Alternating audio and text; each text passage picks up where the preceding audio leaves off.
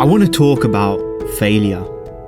I want to talk about why things go wrong, why you fail to study better, and you're wasting your time. Because you can learn as much, if not more, from your failures, your non-starts, your hesitations, as you can from your successes.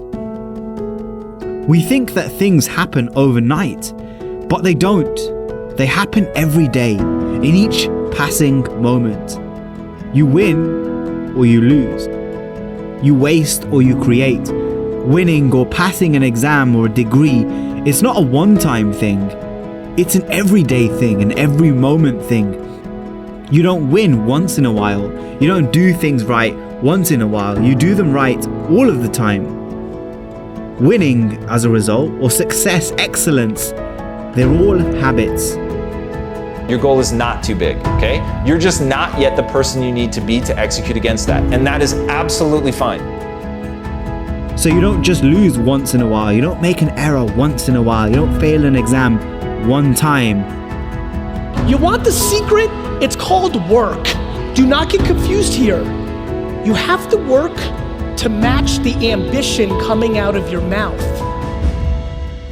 There's only one thing that you need to really find, and that's direction. You need direction, your own direction, not someone else's direction, not your parents' direction or society's direction or social media's direction, your own direction. But what does that actually mean? It's a big word. Well, it means knowing where you're numbing yourself or where you're awakening yourself, where you numb yourself off with laziness, sleeping in more than you should, scrolling through your feed more than you should, distracting yourself more than you should, hesitating, procrastinating, waiting again and again until you've numbed yourself from reality. But when you're awakening yourself, you know what that feels like, because you're here listening to this motivational video. You're focused, you're seeking direction, you're setting a clear goal for every single day. You're taking trips to the library or the coffee shop. There's study session after study session. You say no to the easy things and yes to the right things. And if you want a really quick measurement, if you want a quick gauge of where you're at in this spectrum of numbing and awakening yourself, just look back. What did you do today? Not a week ago, not 2 weeks ago, but today. How much direction do you have? How much clarity do you have? How much drive do you have? Were you driven by something that you planned for and you scheduled, or were you reacting to what happened? Even the way you ended up on this video, did you schedule time to watch this, or did you just end up here? Because if you ended up here, you're reacting. If you plan to be here, you're responding, you're creating. And if you are one of those people, or you're having a moment where, let's be honest, you're wasting time, and it happens to all of us, it's as simple as it's because you didn't know what you wanted from this moment. You didn't prepare for this moment. You didn't plan for this moment. Maybe you didn't even act.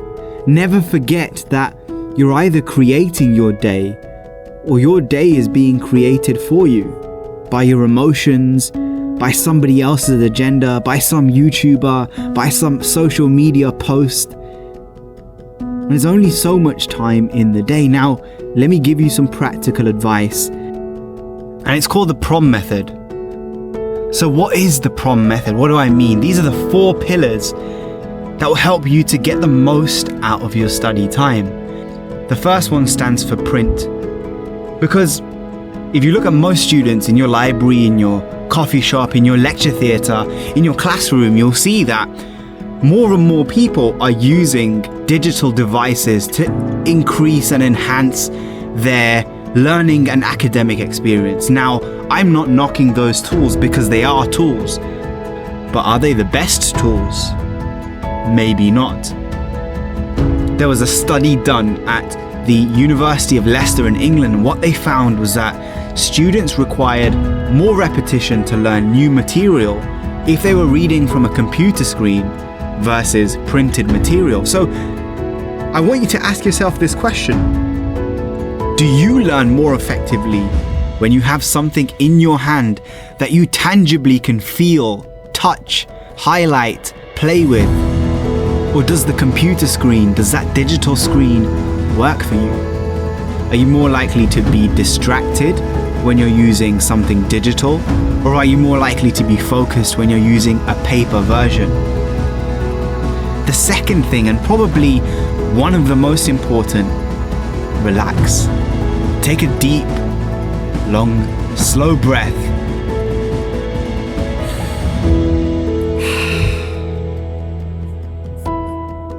We all know the importance of being relaxed. But did you know how it's a physical thing?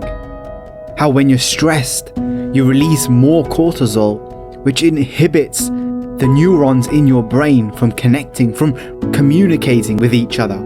And so you're less creative, you're less focused, and you're less able to think. Your stress is a physical thing.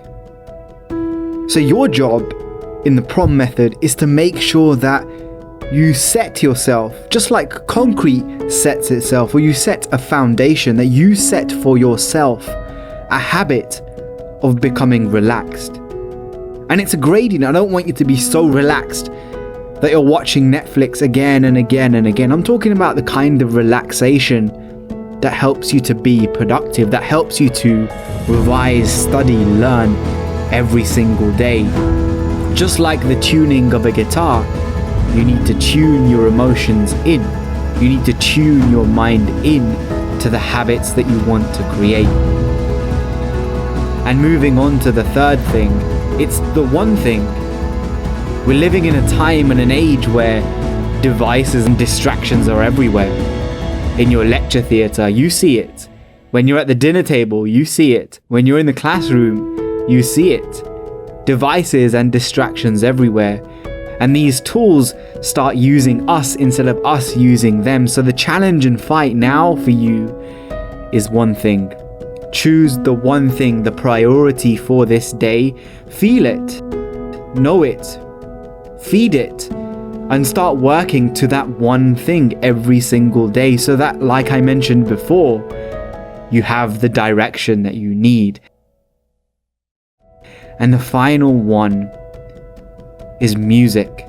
Music sets the tone for our moments. And we know it because even with these videos that you like to listen to, the best ones have the best music. And it's classical music, 18th century music that has been shown, scientifically proven, to engage the parts of your brain that are responsible for two really important things: your focus and your memory. So if you want to know how to stop wasting time and study more effectively, turn the music on and turn the distractions off. This gym is for your mind's steady study. So choose the tools, the tone that's going to help you the most. And to round off with, just remember this: only as high as you reach can you grow.